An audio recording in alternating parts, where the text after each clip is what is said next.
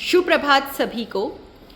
मैं डॉक्टर सीमा विचार मंथन के इस नई सीरीज़ में आप सभी का हार्दिक स्वागत एवं अभिनंदन करती हूँ। हमारे साथ हैं doctor Harish Rawat sir, assistant professor botany, and doctor Shweta Tyagi, assistant professor botany. दोनों को ही ज्योतिष का काफ़ी ज्ञान है और आज हम साझा करेंगे कुछ प्रश्नों को आपके साथ। मेरे मन में कुछ प्रश्न ज्योतिष को लेकर हमेशा से रहे हैं, तो मैंने यह विचार किया कि ये प्रश्न मैं आप सभी के सम्मुख उनके उत्तर लेकर आऊं। जिन प्रश्नों को मैं सोचती हूं कि मेरे विचार में आए तो ये हर व्यक्ति के विचार में आते होंगे, क्योंकि हमारे देश को शुरू से ही विश्व गुरु माना गया, समझा गया, लेकिन धीरे धीरे ये ज्ञान कहीं खोसा गया। हमारे पूर्वजों ने पहले ही बता दिया था कि 100 योजन मर्याद समुद्र की, और जब ये गणना की गई तो वो 100 योजन ही आया।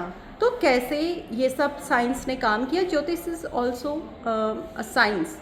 तो मैं पहला प्रश्न डॉक्टर हरीश रावत सर से पूछना चाहूँगी कि सर, क्या ज्योतिष वास्तव में काम करता है?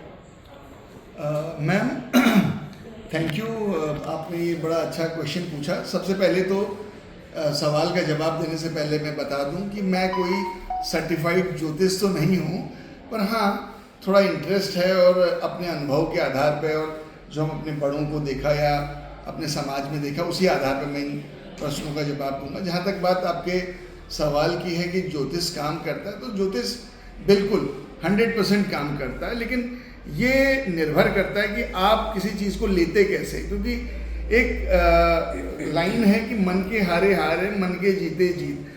अगर आप मान लो तो आप जीत गए, मान लो तो आप हार गए, वो वाली एक इसमें सिचुएशन है कि ज्योतिष को अपने फायदे के लिए इस्तेमाल किया जाए वहाँ तक जहाँ तक कि वो आपको कष्टकारी ना हो। तो इसके कई सारे उपाय हैं, लेकिन जब आप इसमें डूब जाते हैं तो डूबने वाली स्थिति में तो फिर जब कोई भी चीज़ में और किसी भी चीज़ में आपने डूबता है तो या तो वो बाहर ही निकलता है या फिर वो डूब ही जाता है। मैम, इस बारे में आपके क्या विचार हैं? मैम, सबसे पहले तो आपका शुक्रिया कि आपने हमें इस प्लेटफॉर्म पर आप लेकर आए और इसमें हमसे ये पूछा। लेकिन जैसे हरीश सर ने बताया कि हम कोई यहाँ पे ज्योतिषाचार्य नहीं हैं, हमारे पास कोई ऐसी डिग्री नहीं है कि हम इसको प्रूव करें, लेकिन हाँ अपने इंटरेस्ट से, या कहना चाहिए कि जितना भी हमें ज्ञान है उसके अकॉर्डिंग आपको ज़रूर बताना चाहेंगे। क्योंकि बात यही है कि जो हम कहते हैं कि क्या ज्योतिष है या नहीं, तो या ज्योतिष का कितना प्रभाव है या नहीं, तो सीधी बात तो यही है कि 100% सब कुछ ज्योतिष से ही चलता है। जैसे हम साइंस के अकॉर्डिंग हम ये कहते हैं कि भाई सब बच्चे अलग होते हैं, जब हम सब एक जैसे हैं, हमारे सबके पास आँखें हैं, नाक है, कान है, फिर भी हम सब अलग क्यों हैं? हमारा थॉट प्रोसेस अलग क्यों है? सब कुछ अलग क्यों है? क्योंकि हम सबका, उन नक्षत्रों का, उन ग्रहों का हम सबके ऊपर प्रभाव है, जिसकी वजह से हम सब अलग हैं। और अगर हम इनको देखा जाए तो हर चीज़ हर एक ग्रह से जुड़ी हुई है। जैसे हम कहते हैं कि अगर किसी का सूर्य अच्छा है तो उसका माथा अच्छा होगा, उसका माथा चौड़ा होगा, उसके माथे पर तेज होगा। किसी का बृहस्पति अच्छा है तो उसकी नाक सुंदर होगी, उसकी नाक लंबी होगी। तो ये सब चीज़ें जो हैं वो ग्रहों से जुड़ी हुई हैं और इन सब का हमारे ऊपर प्रभाव होता है। इसीलिए देखिए, एक ही पेरेंट्स से जो बच्चे जन्म लेते हैं वो भी अलग अलग होते हैं, क्योंकि उनके नक्षत्र अलग होते हैं। जब वो सेम डीएनए से आ रहे हैं तो वो अलग कैसे हैं? उन सबका प्रभाव इसीलिए है क्योंकि उन सबको ज्योतिष के ऊपर, या कहना चाहिए ग्रहों का प्रभाव उनके ऊपर होता है। तो इसलिए ज्योतिष को या ग्रहों को हम नेग्लेक्ट नहीं कर सकते, सब कुछ उन्हीं पर डिपेंड है, मैं ऐसा मानती हूँ। दूसरा प्रश्न मेरा ये है कि क्या रोज़मर्रा के जो हमारे निर्णय होते हैं वो हमें, एक कॉमन व्यक्ति को, ज्योतिष के आधार पर लेने चाहिए या नहीं लेने चाहिए? और अगर लेने चाहिए तो कैसे लेने चाहिए? छोटे से आप टिप्स बता दीजिए, जो कॉमन पीपल जिसे ज्योतिष का ज्ञान नहीं भी है वो भी कुछ सावधानी बरत ले और कुछ ऐसा ना करे जो उसके दैनिक जीवन में उसके लिए उसके ग्रहों को प्रभावित करे। इसके लिए मैं कुछ ऐसी बातें कहना चाहूँगी कि आपको इन चीज़ों से जुड़ना होगा थोड़ा। एक्चुअली ज्योतिष के अकॉर्डिंग कुछ चीजें हैं, जैसे हम कहते हैं कि सूर्य को रोज जल देना चाहिए जी। तो उससे हमारा सूर्य अच्छा होता है, तो वो सबके लिए लागू है। ऐसा नहीं कि हम किसी एक बंदे को कहें कि वही मतलब जिसका सूर्य अच्छा है वही जल देगा तो सबके लिए अच्छा होगा। हर कोई इसको कर सकता है और वो सभी के लिए बेनिफिशियल है। तो कुछ चीज़ें हैं जो, जैसे हम सुबह उठें तो हम अपनी हथेलियों को देखें, हथेलियों को देख रहे हैं क्योंकि हमारे हथेलियों में हमारे जो हाथ हैं उनके अंदर सभी देवी देवताओं का वास होता है। तो ऐसे बड़े बुजुर्ग भी कहते थे, मेरी दादी कहती थी, लेकिन तब मुझे इस चीज़ का ज्ञान नहीं था। लेकिन जैसे मुझे इंटरेस्ट हुआ, मैंने इन चीज़ों को पढ़ना शुरू किया, तब मुझे पता चला कि हाँ वाकई में ये एक साइंस है कि अगर हम सुबह उठ के अपने हथेलियों को देखते हैं, उनका दर्शन करते हैं तो हमें पॉजिटिव वाइब्स मिलती हैं। सब चीज़ें साइंस से भी जुड़ी हुई हैं क्योंकि जब हम रगड़ के इनको अपने हाथों पर यहाँ फेरते हैं तो वो एनर्जी देते हैं, हमारे सारी इंद्रियाँ हमारी फेस पर होती हैं तो वो सब एक्टिवेट हो जाती हैं। हालांकि इन सब चीज़ों को शुरू होने से पहले नाड़ी का भी ध्यान रखना होता है, पर वो बहुत लंबा विषय चला जाएगा। मैं सीधा ज्योतिष पर आ जाती हूँ कि कुछ चीज़ें हैं, जैसे मैंने आपको बताया कि सुबह उठिए, अपने हथेलियों को देखें, हम धरती माता का आशीर्वाद लें कि धरती माता आपने हमें जो है अपने ऊपर रखा, हमारा भार आप संभाल रही हो।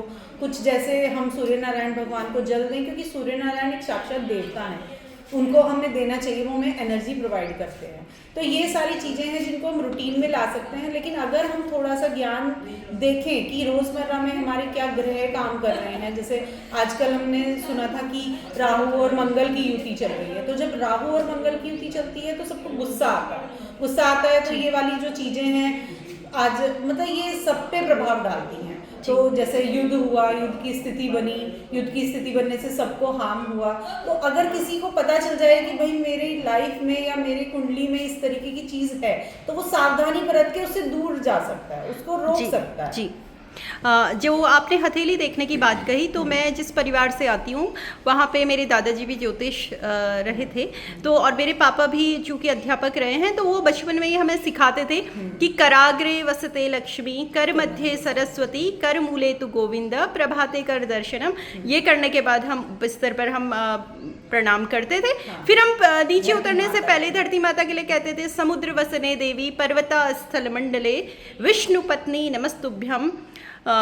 कुछ मैं अगला भूल रही हूँ। तो विष्णु पत्नी नमस्तुभ्यम, हम धरती माँ को प्रणाम करते थे, लक्ष्मी माँ को प्रणाम करते थे और तभी चलते थे। धीरे धीरे ये चीज़ें खोने लगी हैं क्योंकि हमने वो चीज़ हम रूटीन पे लेकर ही नहीं आए। देखिए एक्चुअली क्या हुआ है कि जब हमारे जो बड़े बुजुर्ग थे ना, उनको इन सब चीज़ों को वो आध्यात्मिक रूप में ले गए, लेकिन वो हमें प्रोवाइड करने की कोशिश करते थे कि हम ये सारी चीज़ें आए हमारे बच्चों के अंदर धीरे धीरे, जिसको हम कहते हैं संस्कार, तो धीरे धीरे हम अपनी चीज़ों से जुड़े रहें। तो हमारे बड़े बुजुर्गों ने ये सब चीज़ें सोची कि हमें ये सब करना चाहिए।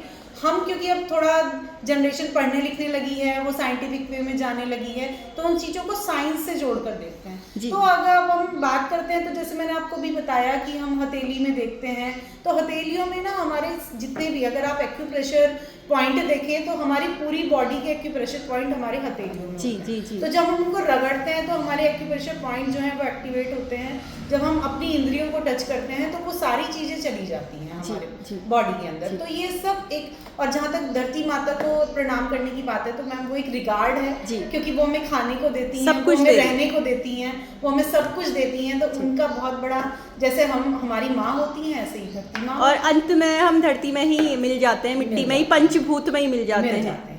इसलिए वो एक रिगार्ड है। तो धीरे धीरे हम चीज़ों को लाएं। अगर हम जैसे हम ग्रहों की बात करते हैं तो हमें किसी भी ग्रह को करने के लिए कुछ स्पेशल करने की जरूरत नहीं होती। सिर्फ क्या है, अगर आपको सूर्य को अच्छा करना है तो आप अपने पिता के चरण छूइए, अपने पिता की रेस्पेक्ट कीजिए। अगर आपको माता चंद्रमा अच्छा करना है तो आप अपनी माता के चरण स्पर्श कीजिए, उनका सहयोग कीजिए, उनसे आशीर्वाद प्राप्त कीजिए। इसी तरीके से अगर आपको अपने भाई से सहयोग करना है, मतलब मंगल की आप वो कीजिए, तो आप भाई को सहयोग कीजिए, आपका मंगल अपने आप अच्छा हो जाएगा। गुरु, आप अपने गुरुदेव का आशीर्वाद लीजिए तो आपका गुरु अच्छा हो जाएगा। तो ग्रह सब अपने आप अच्छे हो जाते हैं।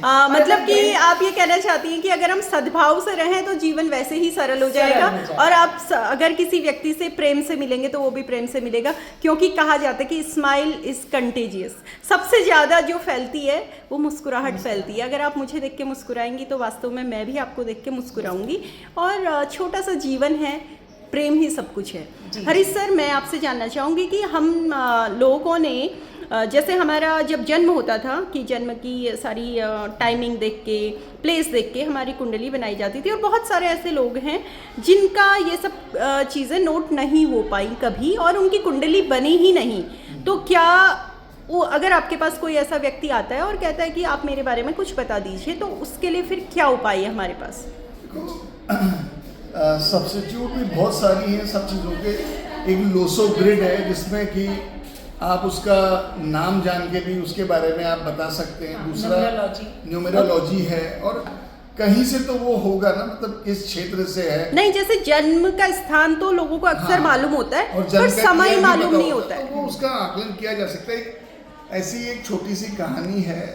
एक बार क्या हुआ कि किसी एक, लेकिन नाम वाम तो अभी मैं नहीं लूँगा इसमें, मैं आपको इन जनरल बताता हूँ। किसी का घर में एक बालक का जन्म हुआ, तो उन्होंने किसी ज्योतिष ने आके या किसी जो पंडित थे उन्होंने बोला, क्योंकि इसमें ज्योतिषी में क्या होता है, अलग अलग विद्वानों के मतानुसार ऐसा सब लोगों का उसमें कथन अलग है। उन्होंने बोला कि भाई इस बालक की तो आयु बहुत कम है, तो वो बड़े दुख में डूब गए। दुख में डूब गए तो अब जब आदमी दुखी होता है तो वो कहीं ना कहीं उपचार चाहता है कि क्या पता मैं किसी और को दिखाऊं। ऐसे ही करते करते वो किसी के पास पहुंचे जिन्हें ज्योतिषी का अच्छा ज्ञान था।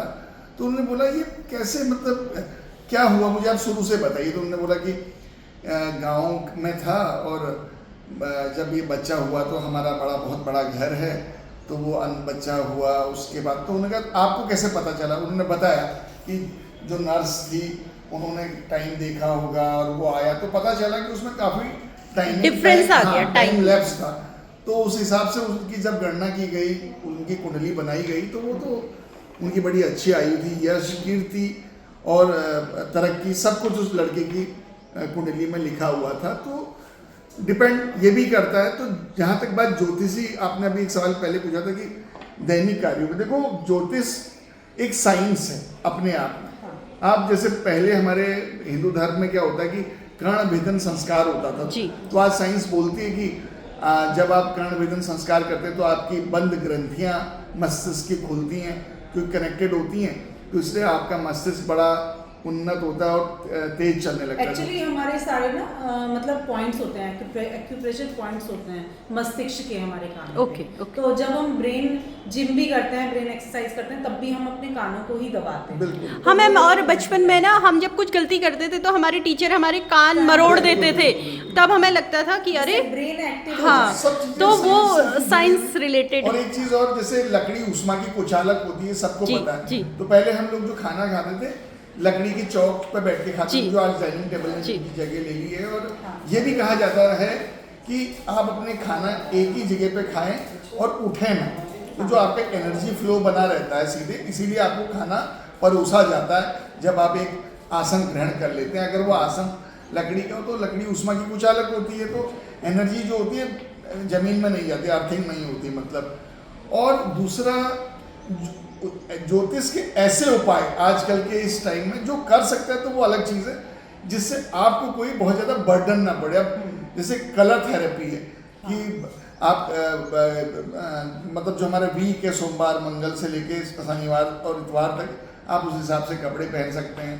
सोमवार को सफ़ेद का बताया गया है ज्योतिष में, और मंगल को हनुमान जी का दिन होता है लाल, ऑरेंज, केसरिया, और बुधवार को हरा, बृहस्पतिवार को पीला, शुक्र को गुलाबी या सफेद, शनि को काला या नीला, और संडे को ऑरेंज, सैटरडे को ब्लैक, जैसे कि आपने पहना है, मैम ने भी पहना है और मैंने भी पहना है। मैं भी इस चीज़ को फॉलो करती हूँ। बाकी ज्योतिषी किसी भी चीज़ में छतरी की तरह काम करता है कि बारिश आ रही है, प्रोटेक्ट कर, हाँ आपको प्रोटेक्ट करता है। और दूसरा, बिलीव होना आपका बहुत जरूरी है, उसमें विश्वास होना। मात्र अपने फायदे के लिए अगर आप विश्वास चाह रहे हैं, घूम रहे हैं, तो इसमें थोड़ा सा वो क्वेश्चनेबल हो जाता है। चीज़ों को एक सिरे से पकड़ के ही आगे चलना पड़ता है। धन्यवाद सर और धन्यवाद मैम। ये एक बहुत बड़ा मुद्दा है और बहुत बड़ा विषय है। 15 मिनट की समय सीमा में हम इसे बांध भी नहीं सकते, लेकिन मेरे अभी बहुत सारे प्रश्न और रहे हैं। मैं जल्द ही आपसे फिर मिलती हूँ और आशा करती हूँ कि आप मेरे प्रश्नों के उत्तर देंगे, साथ ही मेरे ऑडियंस इससे लाभान्वित होंगे। आपका बहुत बहुत धन्यवाद। नमस्कार।